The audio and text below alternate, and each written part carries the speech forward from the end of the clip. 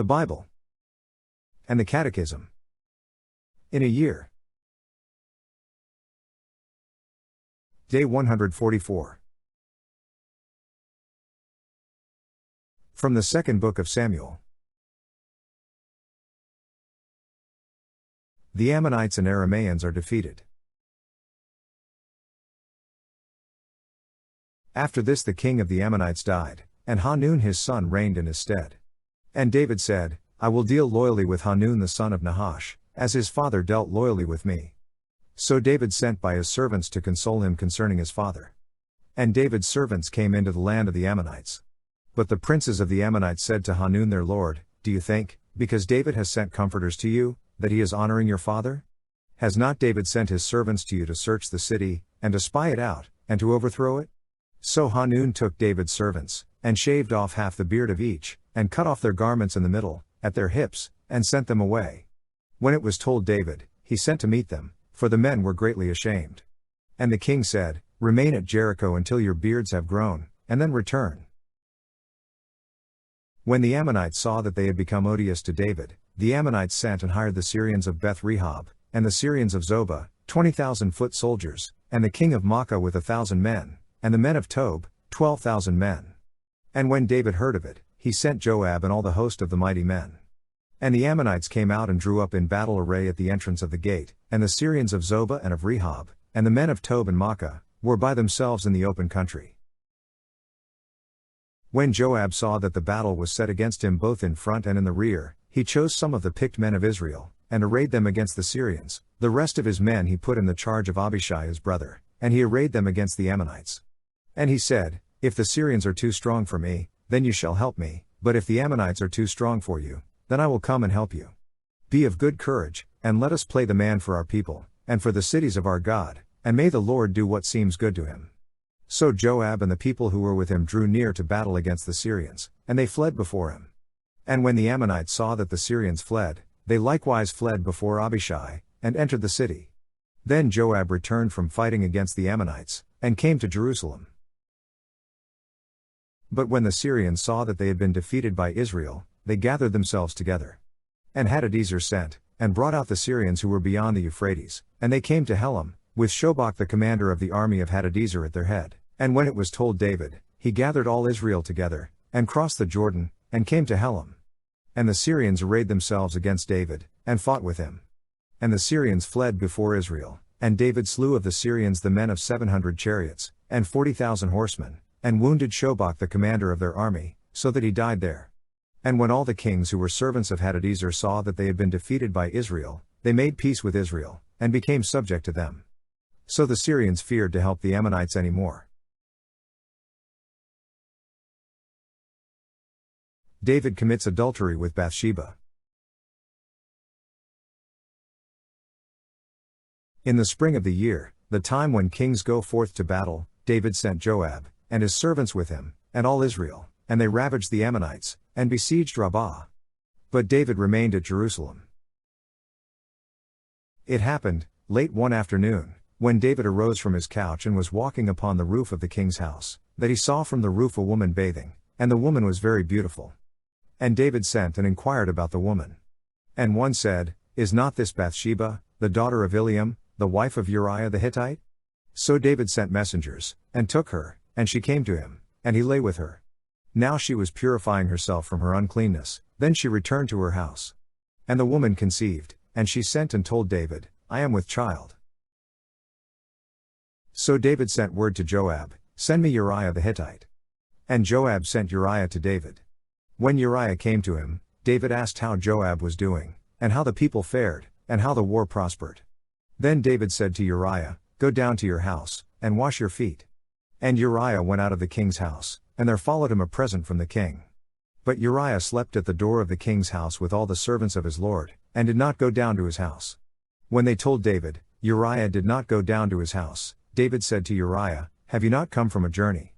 Why did you not go down to your house? Uriah said to David, The ark and Israel and Judah dwell in booths, and my lord Joab and the servants of my lord are camping in the open field. Shall I then go to my house, to eat and to drink, and to lie with my wife? As you live, and as your soul lives, I will not do this thing. Then David said to Uriah, "Remain here today also, and tomorrow I will let you depart." So Uriah remained in Jerusalem that day, and the next. And David invited him, and he ate in his presence and drank, so that he made him drunk, and in the evening he went out to lie on his couch with the servants of his lord, but he did not go down to his house. David has Uriah killed. In the morning David wrote a letter to Joab, and sent it by the hand of Uriah. In the letter he wrote, "Set Uriah in the forefront of the hardest fighting, and then draw back from him, that he may be struck down, and die." And as Joab was besieging the city, he assigned Uriah to the place where he knew there were valiant men. And the men of the city came out and fought with Joab, and some of the servants of David among the people fell. Uriah the Hittite was slain also. Then Joab sent and told David all the news about the fighting, and he instructed the messenger, "When you have finished telling all the news about the fighting to the king, then, if the king's anger rises, and if he says to you, 'Why did you go so near the city to fight? Did you not know that they would shoot from the wall? Who killed Abimelech the son of Jerubbesheth? Did not a woman cast an upper millstone upon him from the wall, so that he died at Thebez? Why did you go so near the wall?' Then you shall say, 'Your servant Uriah the Hittite is dead also.'" So the messenger went, and came and told David all that Joab had sent him to tell. The messenger said to David, "The men gained an advantage over us, and came out against us in the field, but we drove them back to the entrance of the gate. Then the archers shot at your servants from the wall. Some of the king's servants are dead, and your servant Uriah the Hittite is dead also." David said to the messenger, "Thus shall you say to Joab, do not let this matter trouble you, for the sword devours now one and now another. Strengthen your attack upon the city, and overthrow it. And encourage him." When the wife of Uriah heard that Uriah her husband was dead, she made lamentation for her husband. And when the mourning was over, David sent and brought her to his house, and she became his wife, and bore him a son. But the thing that David had done displeased the Lord. Nathan condemns David.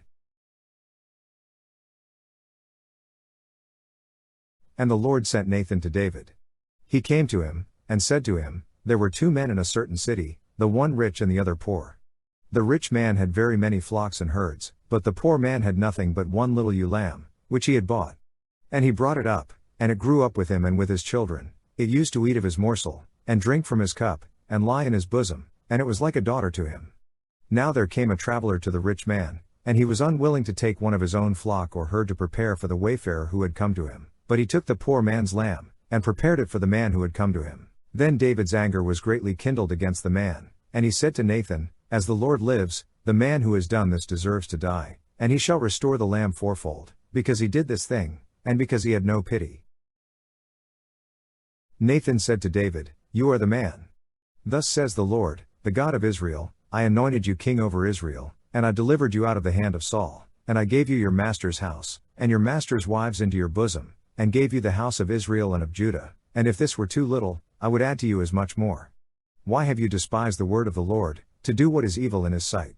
You have smitten Uriah the Hittite with the sword, and have taken his wife to be your wife, and have slain him with the sword of the Ammonites.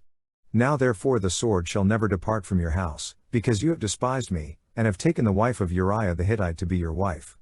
Thus says the Lord, Behold, I will raise up evil against you out of your own house, and I will take your wives before your eyes, and give them to your neighbor, and he shall lie with your wives in the sight of his son. For you did it secretly, but I will do this thing before all Israel, and before the sun. David said to Nathan, I have sinned against the Lord. And Nathan said to David, The Lord also has put away your sin, you shall not die. Nevertheless, because by this deed you have utterly scorned the Lord, the child that is born to you shall die. Then Nathan went to his house. Bathsheba's child dies. And the Lord struck the child that Uriah's wife bore to David, and it became sick.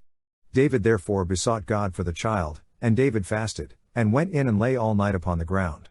And the elders of his house stood beside him, to raise him from the ground, but he would not, nor did he eat food with them. On the 7th day the child died. And the servants of David feared to tell him that the child was dead, for they said, Behold, while the child was yet alive, we spoke to him, and he did not listen to us. How then can we say to him the child is dead? He may do himself some harm. But when David saw that his servants were whispering together, David perceived that the child was dead, and David said to his servants, "Is the child dead?" They said, "He is dead." Then David arose from the earth, and washed, and anointed himself, and changed his clothes, and he went into the house of the Lord, and worshipped. He then went to his own house, and when he asked, they set food before him, and he ate. Then his servants said to him, "What is this thing that you have done? You fasted and wept for the child while it was alive, but when the child died, you arose and ate food." He said, "While the child was still alive, I fasted and wept, for I said, who knows whether the Lord will be gracious to me, that the child may live? But now he is dead, why should I fast? Can I bring him back again? I shall go to him, but he will not return to me." Solomon is born. Then David comforted his wife, Bathsheba, and went into her, and lay with her, and she bore a son, and he called his name Solomon. And the Lord loved him, and sent a message by Nathan the prophet, so he called his name Yedidiah, because of the Lord. The Ammonites crushed. Now Joab fought against Rabbah of the Ammonites, and took the royal city. And Joab sent messengers to David, and said, "I have fought against Rabbah, moreover, I have taken the city of waters. Now, then, gather the rest of the people together, and encamp against the city, and take it, lest I take the city, and it be called by my name." So David gathered all the people together and went to Rabbah, and fought against it and took it. And he took the crown of their king from his head, the weight of it was a talent of gold, and in it was a precious stone, and it was placed on David's head. And he brought forth the spoil of the city, a very great amount. And he brought forth the people who were in it, and set them to labor with saws and iron picks and iron axes, and made them toil at the brick kilns, and thus he did to all the cities of the Ammonites. Then David and all the people returned to Jerusalem.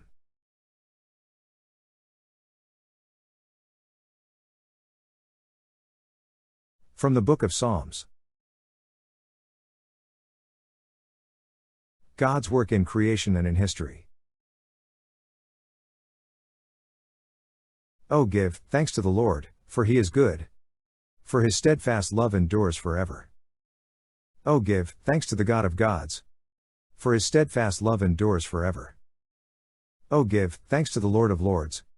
For his steadfast love endures forever. To him who alone does great wonders. For his steadfast love endures forever. To him who by understanding made the heavens. For his steadfast love endures forever. To him who spread out the earth upon the waters. For his steadfast love endures forever. To him who made the great lights. For his steadfast love endures forever. The sun to rule over the day. For his steadfast love endures forever. The moon and stars to rule over the night. For his steadfast love endures forever. To him who smote the firstborn of Egypt. For his steadfast love endures forever. And brought Israel out from among them. For his steadfast love endures forever. With a strong hand and an outstretched arm. For his steadfast love endures forever. To him who divided the Red Sea in sunder. For his steadfast love endures forever. And made Israel pass through the midst of it. For his steadfast love endures forever. But overthrew Pharaoh and his host in the Red Sea. For his steadfast love endures forever. To him who led his people through the wilderness. For his steadfast love endures forever. To him who smote great kings. For his steadfast love endures forever. And slew famous kings. For his steadfast love endures forever. Sihon, king of the Amorites. For his steadfast love endures forever. And Og, king of Bashan. For his steadfast love endures forever. And gave their land as a heritage. For his steadfast love endures forever. A heritage to Israel his servant. For his steadfast love endures forever. It is he who remembered us in our low estate. For his steadfast love endures forever. And rescued us from our foes. For his steadfast love endures forever. He who gives food to all flesh. For his steadfast love endures forever. Oh, give thanks to the God of heaven. For his steadfast love endures forever.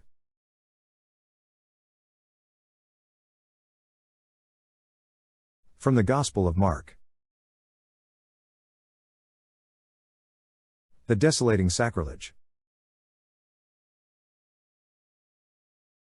But when you see the desolating sacrilege set up where it ought not to be, let the reader understand. Then let those who are in Judea flee to the mountains. Let him who is on the housetop not go down, nor enter his house, to take anything away, and let him who is in the field not turn back to take his mantle. And alas for those who are with child and for those who give suck in those days. Pray that it may not happen in winter. For in those days there will be such tribulation as has not been from the beginning of the creation which God created until now, and never will be. And if the Lord had not shortened the days, no human being would be saved, but for the sake of the elect, whom he chose, he shortened the days. And then if any one says to you, Look, here is the Christ. Or look, there he is. Do not believe it. False Christs and false prophets will arise and show signs and wonders, to lead astray, if possible, the elect. But take heed, I have told you all things beforehand. The coming of the Son of Man. But in those days, after that tribulation, the sun will be darkened, and the moon will not give its light, and the stars will be falling from heaven, and the powers in the heavens will be shaken. And then they will see the Son of Man coming in clouds with great power and glory. And then he will send out the angels, and gather his elect from the four winds, from the ends of the earth to the ends of heaven. The lesson of the fig tree. From the fig tree learn its lesson. As soon as its branch becomes tender and puts forth its leaves, you know that summer is near. So also, when you see these things taking place, you know that he is near, at the very gates. Truly, I say to you, this generation will not pass away before all these things take place. Heaven and earth will pass away, but my words will not pass away. The necessity for watchfulness. But of that day or that hour no one knows, not even the angels in heaven, nor the Son, but only the Father. Take heed, watch and pray, for you do not know when the time will come. It is like a man going on a journey, when he leaves home and puts his servants in charge, each with his work, and commands the doorkeeper to be on the watch. Watch therefore, for you do not know when the master of the house will come, in the evening, or at midnight, or at cockcrow, or in the morning, lest he come suddenly and find you asleep. And what I say to you I say to all, watch.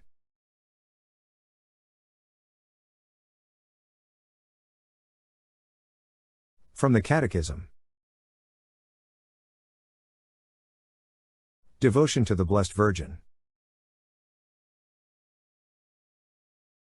All generations will call me blessed. The Church's devotion to the Blessed Virgin is intrinsic to Christian worship. The Church rightly honors the Blessed Virgin with special devotion.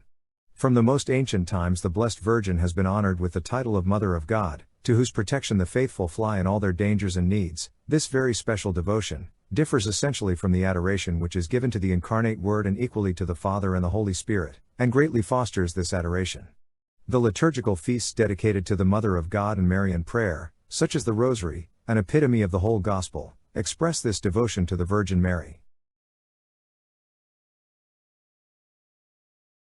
Mary, eschatological icon of the Church. After speaking of the Church, her origin, mission, and destiny, we can find no better way to conclude than by looking to Mary. In her we contemplate what the Church already is in her mystery on her own pilgrimage of faith, and what she will be in the homeland at the end of her journey. There, in the glory of the most holy and undivided Trinity, in the communion of all the saints, the Church is awaited by the one she venerates as mother of her Lord and as her own mother.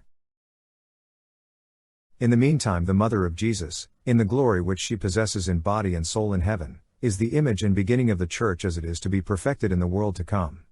Likewise she shines forth on earth until the day of the Lord shall come, a sign of certain hope and comfort to the pilgrim people of God. In brief, by pronouncing her fiat at the Annunciation and giving her consent to the Incarnation, Mary was already collaborating with the whole work her Son was to accomplish. She is mother wherever he is Savior and head of the mystical body. The most blessed Virgin Mary, when the course of her earthly life was completed, was taken up body and soul into the glory of heaven, where she already shares in the glory of her Son's resurrection, anticipating the resurrection of all members of his body. We believe that the Holy Mother of God, the new Eve, Mother of the Church, continues in heaven to exercise her maternal role on behalf of the members of Christ.